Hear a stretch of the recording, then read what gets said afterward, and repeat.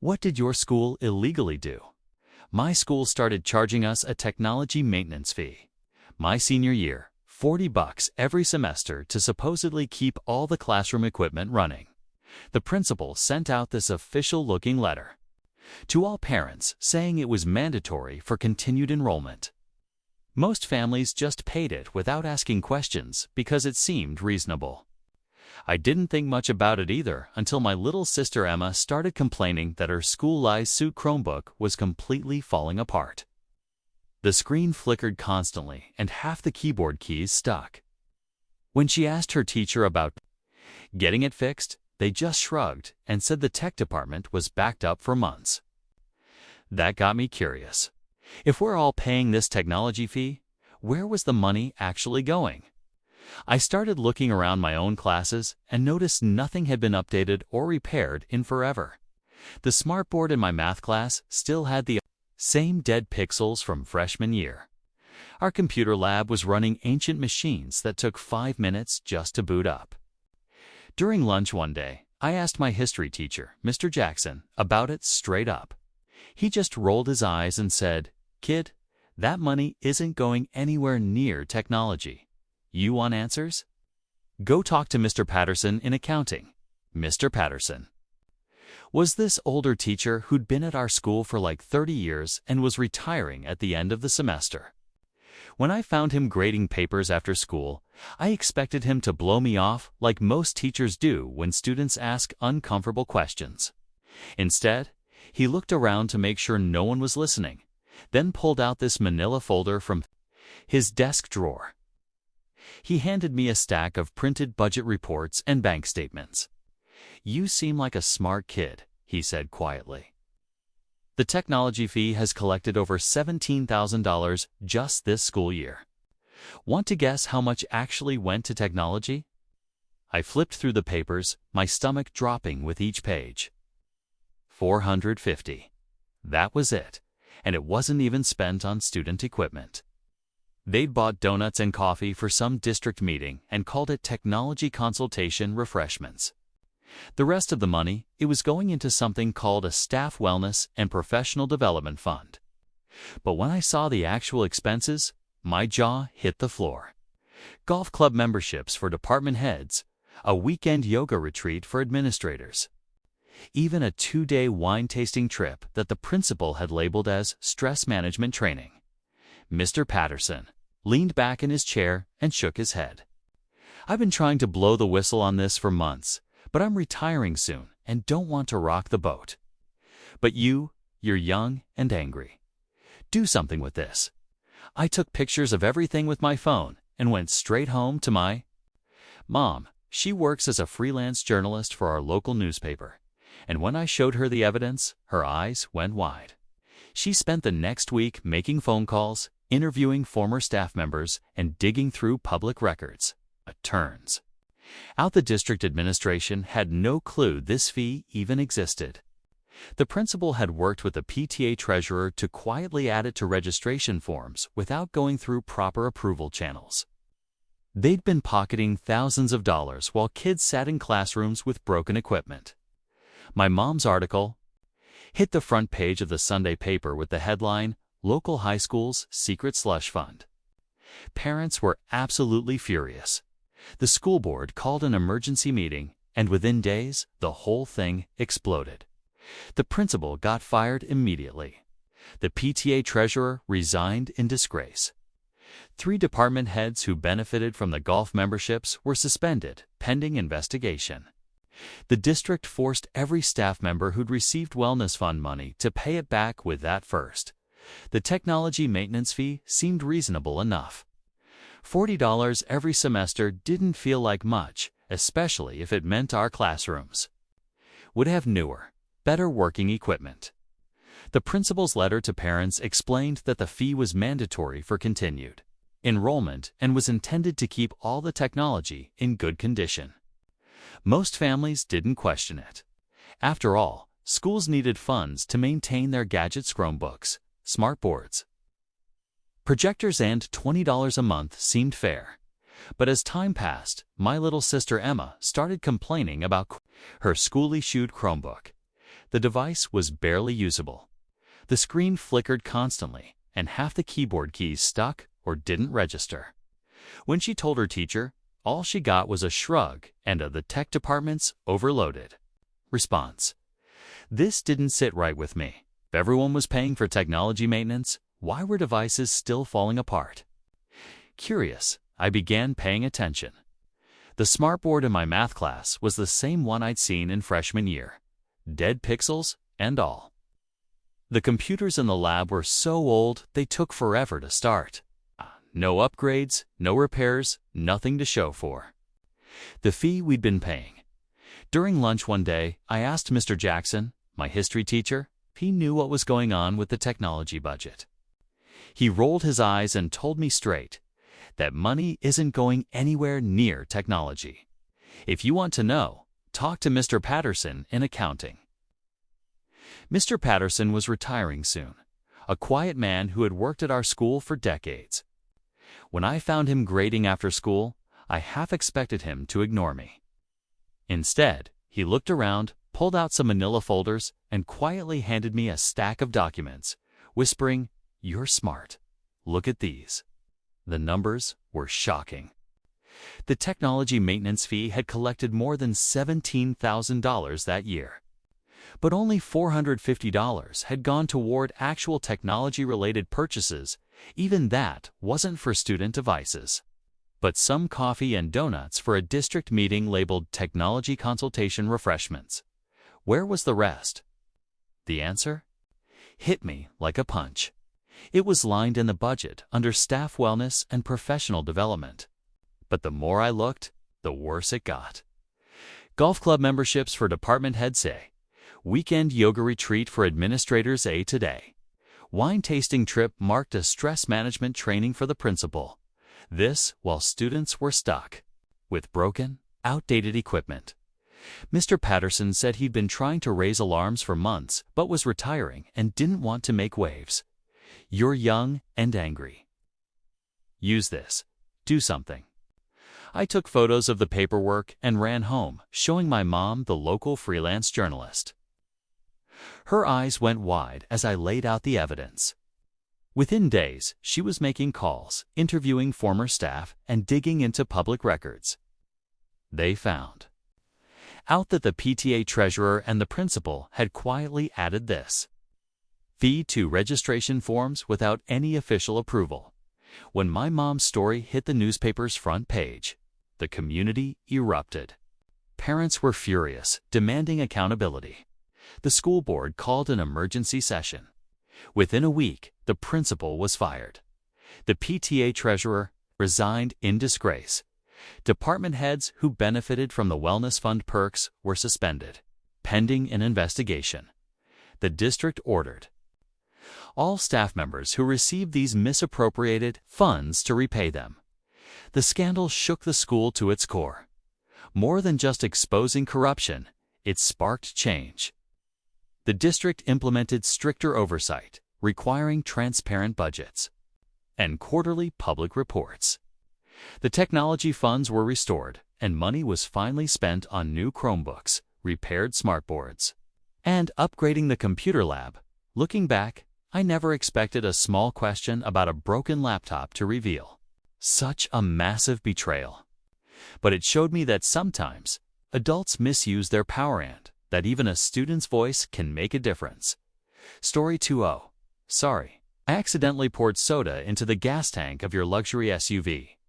My sister said after I refused to sign over. Our parents' condo, Mom added, mistakes happen. I did not yell. That night, I updated the insurance policy and restricted her access to the joint savings. But at 7:42 a.m., she woke up to something far unexpected. I had just finished my coffee. When I saw her standing by my driveway, Ashley, my sister, a plastic bottle in one hand, her phone in the other, smirking like she'd been caught doing something she thought was clever. The sun reflected off the black paint of my Range Rover, the one I'd worked for years to buy and kept polished like new. That's when I noticed the gas cap was open. She turned slowly when she heard me step onto the porch. "Oh," she said with fake surprise, lifting the bottle. "Sorry, I accidentally poured soda into the gas tank of your SUV.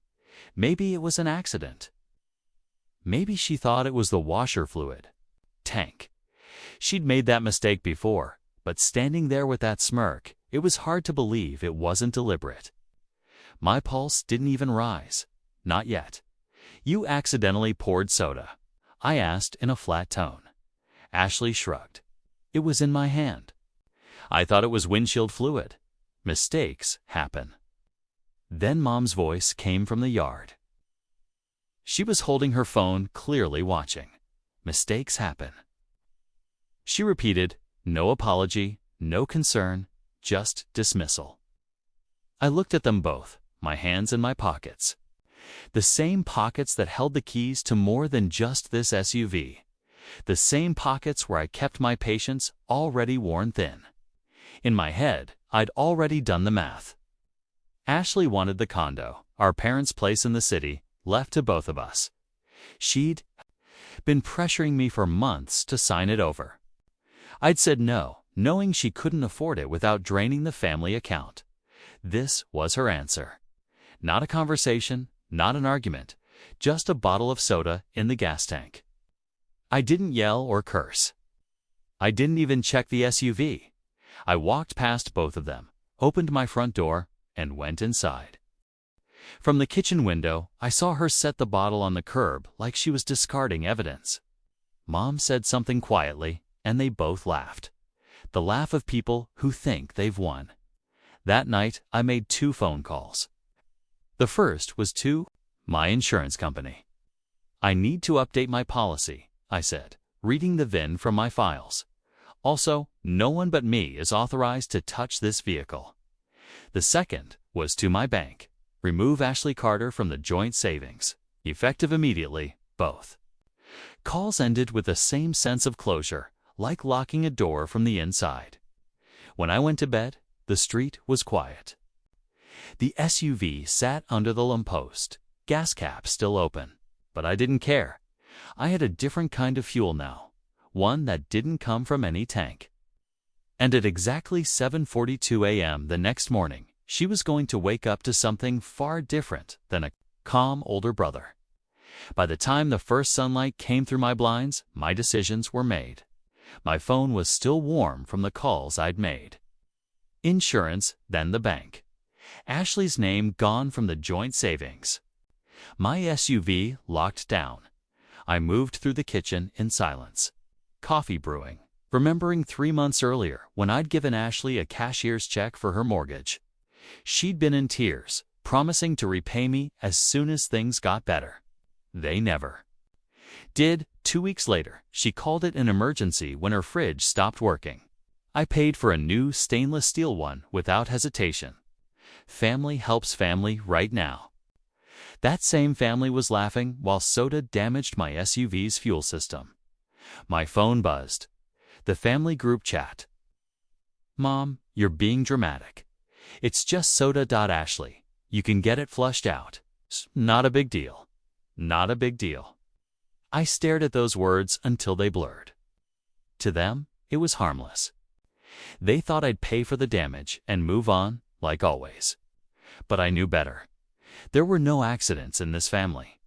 Only moves in a game I hadn't been playing for years. That was about to change. I opened my laptop. The plan in my head wasn't loud or messy. It would be precise. The kind of move that changes everything. And if Ashley thought I was going to stay on the defensive, she was about to learn that silence doesn't mean surrender. At 7:42 a.m., the knock on Ashley's door was loud enough to rattle picture frames and wake neighbors. She stumbled to the door, hair messy, wearing the same oversized t-shirt she'd slept in.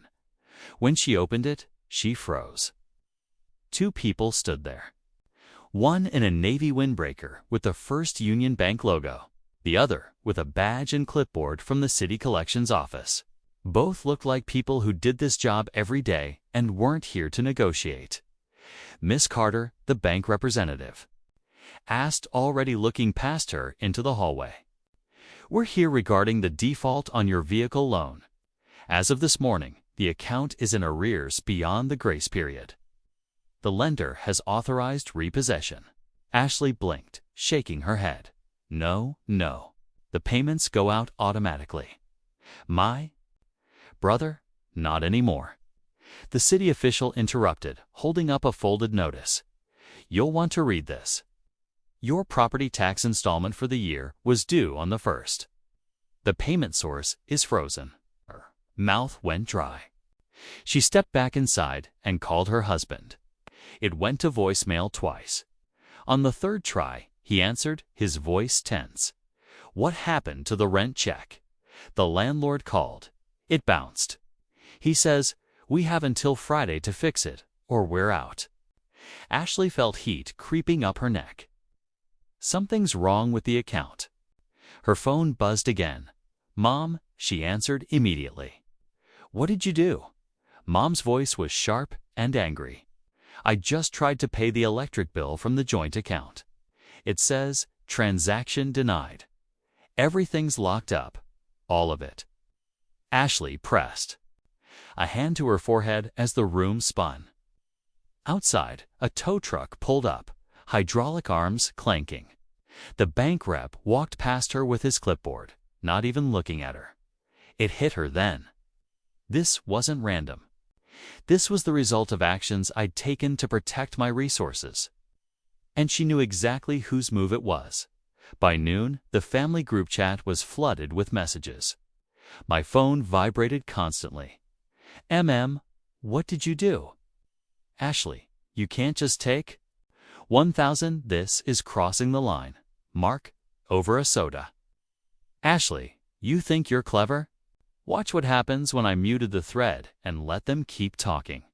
I had work to do. This was never about soda. It was about years of them treating me like an open wallet. I'd covered Ashley's missed mortgage payments just this once, 3 times. I'd replaced her fridge when it broke, even delivered it myself.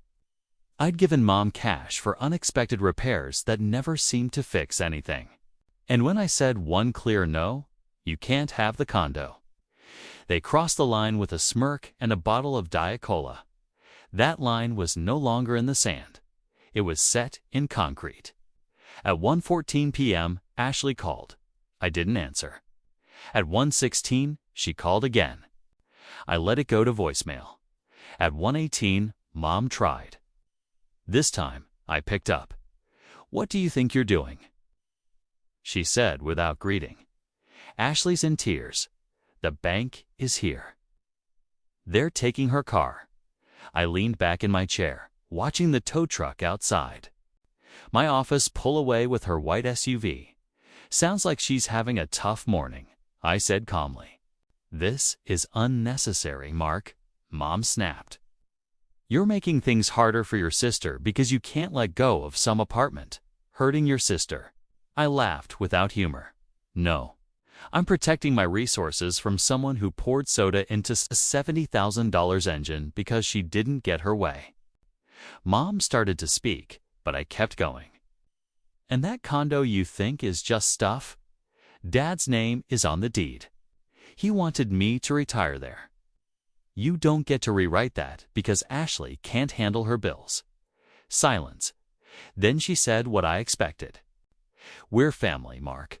Family forgives, family respects. I corrected. Forgiveness is earned. Respect is required. I hung up before she could reply. By 2:30 p.m., my attorney texted, changes processed, all joint accounts secured. New beneficiary. Designations confirmed. I looked at the message, feeling the shift, not just in money, but in control. Outside, heavy rain began, hitting the roof hard. Somewhere across town, Ashley was probably staring at her empty driveway. Mom was probably on the phone with relatives. Telling them I'd gone cold, they would call it betrayal. I called it restoring balance. Underneath it all, there was no relief or victory. Just the certainty that the situation had changed and I was no longer someone they could control without asking. When my phone buzzed again, I didn't check it. I just turned it off. The rest of the night, Nothing. No calls, no texts, just silence. The kind that doesn't mean they've given up, but that they're planning their next move. By morning, I knew I was right. At 6:08 a.m., a block number called. I ignored it. 0.30 seconds later, the same number called again. This time, I answered, "You've made your point." Mom's voice was tight and brittle. "Now, fix it." "Fix what?" I asked. "You know what? Ashley can't pay her bills. She's panicking. I can't cover both her mortgage and the CABO trip." I almost laughed. "Cancel CABO." A pause. "We can't," she said sharply, as if it was impossible. "The flights are non-refundable. The resort is already paid for with the same account you've been draining for years." I finished. "So, no, you can't cover her mortgage because you already chose your vacation over her housing." "This isn't fair, Mark." I let the silence hang until it became uncomfortable. "You're right," I said. "Fair would have been you in my driveway yesterday morning holding Ashley accountable for damaging my SUV. Fair would have been you telling her to apologize instead of accusing me of dramatizing." She started to reply, but I hung up. By 9:15 a.m., I was at the downtown notary's office. 2 signatures and 1 embossed seal later. The condo was legally mine alone. No more joint ownership. No more family property. The phone buzzed in my pocket while I signed, but I ignored it. Outside, yesterday's rain had cleared to a bright, sharp morning. I walked 3 blocks to the insurance company, handed over my SUV keys, and watched as they loaded it onto a flatbed. Headed to the dealership, had already chosen its replacement. Bigger, faster, and impossible to damage with soda. By noon, I had locked every digital account they could access. Emails, streaming, even the shared grocery delivery app. If they needed milk, they could buy it themselves. Then came a knock at my door. 3 short knocks. My neighbor, an older man who had lived across the street for decades, stood there holding a small cardboard box. "This was on your porch," he said. "Thought I'd bring it over before it starts raining again." The box had no return address, just my name and block letters. Inside was a folded piece of paper and a set of old house keys. The note read, "You were right, Dad." I stood there for a moment, staring at the keys. I knew exactly what they were. Keys to the lakeside cabin he bought years ago. The one no one else in the family knew existed. My phone started buzzing again. This time with a flood of messages in the family group chat. "Ashley, you told Dad M. Where are you? We need to talk now." "Ashley, if you think this is over." I put the phone down on the counter and looked out the window. My neighbor was back in his driveway, cleaning fishing gear. That's when it clicked. I didn't need to answer. I didn't need to argue or explain. Peace was in my kitchen in the form of keys to a place no one else could touch. By 2:00 p.m., I was halfway to the cabin, my new SUV running smoothly. I stopped at a roadside diner for lunch, ordered an oversized sandwich, and left a tip that made the waitress pause. On the radio, a news report played about storms approaching Cabo flights. Delayed, resorts evacuated. I smiled into my coffee. Somewhere, my family was watching the sky over their vacation darken, realizing they'd have to return early. Somewhere, Ashley was realizing the accounts were closed, the SUV was gone, and the condo was no longer hers to imagine owning. And somewhere, Mom was probably thinking back on every conversation we'd had, wondering when I stopped being the son who always gave in and became the man who walked away. I reached the cabin as the sun was dropping behind the treeing. The air was cleaner than it ever was in the city. I unlocked the door, stepped inside, and set the box of keys on the counter. No phone, no noise, no demands, just me, the quiet, and the knowledge that for the first time in years, every choice was mine. By the time they figured out where I had gone, I'd already be gone again. 3 days passed without a single call, text, or knock at my door. 'Twas almost suspicious, like the stillness before a storm. On the fourth morning, the storm arrived. It started with a voicemail from Mom. Her voice was soft, almost rehearsed. "Mark, listen. We've been talking and we think we can work this out. Maybe we just start fresh. You know, for the family's sake." I didn't call back. By noon, a fresh start showed up in the form of a large white envelope slid under my door. The return address was from a downtown law office. I opened it and read. The first page: Notice of intent to dispute transfer of property. Ashley had convinced Mom to hire a lawyer. They were going after the condo I had put solely in my name last week. I almost respected the boldness. Almost. At 2:17 p.m., my phone showed a name I hadn't seen in years. Grandma Evelyn Mark. "Honey, I just had a very enlightening conversation with your mother," she said. "She told me you've been unreasonable and vindictive." She paused, then let out a chuckle with more steel than warmth. Funny thing. The moment she started talking, I knew she was lying, so I made a few calls. "Did you know she's been using the family trust to pay for her trips?" I stayed quiet. "Well," Grandma went on, "I've decided I'm making some changes, and before you ask, no, she doesn't know yet." The next morning, Mom found out.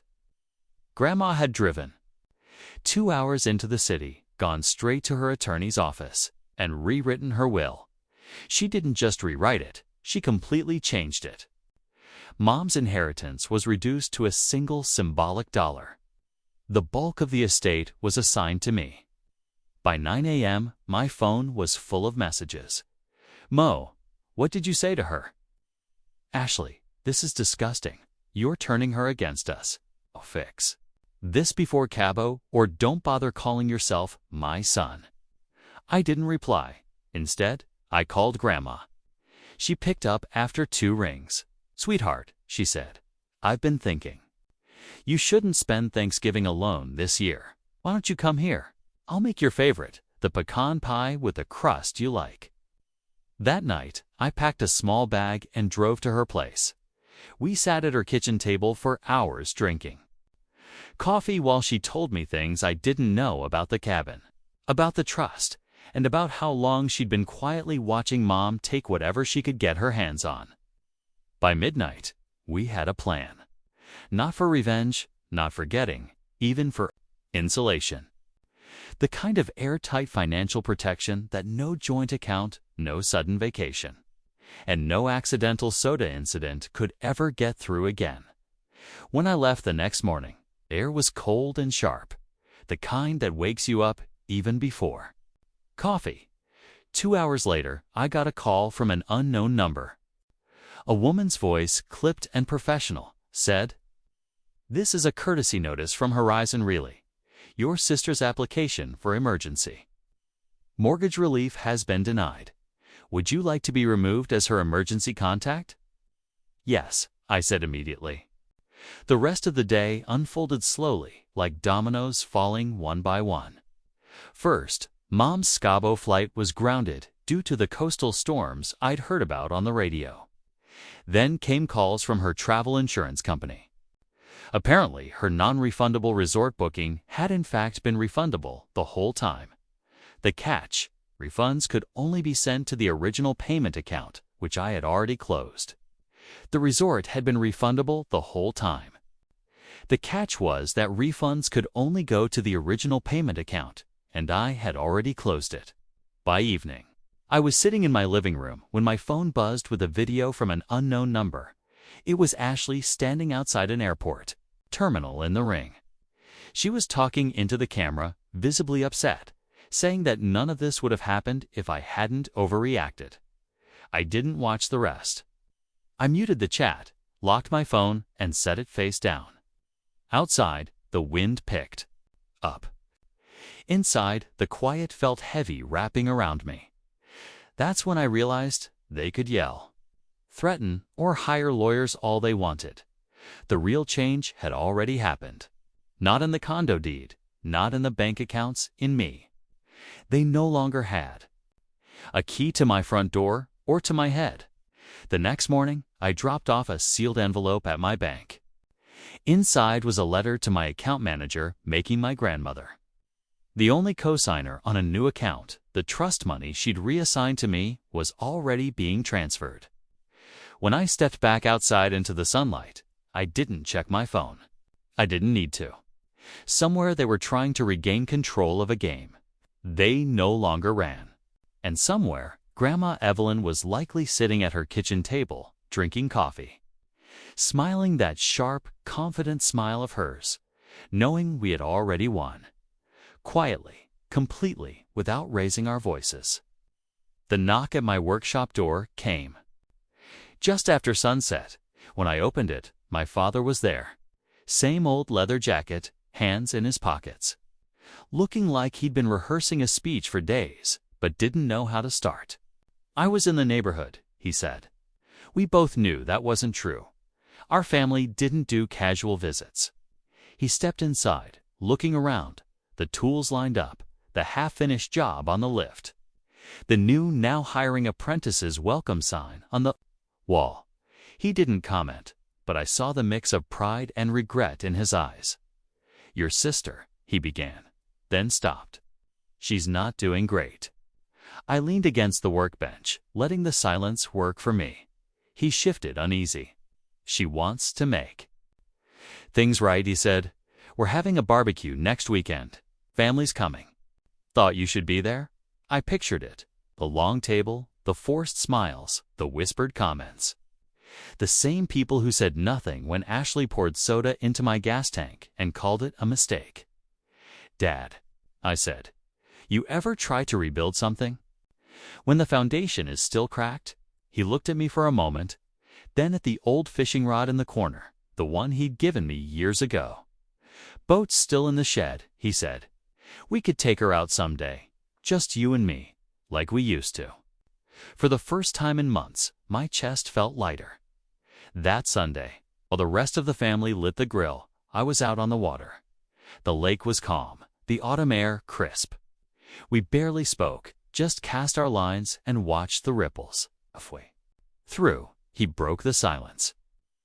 Son, maybe one day you'll find a way back to them.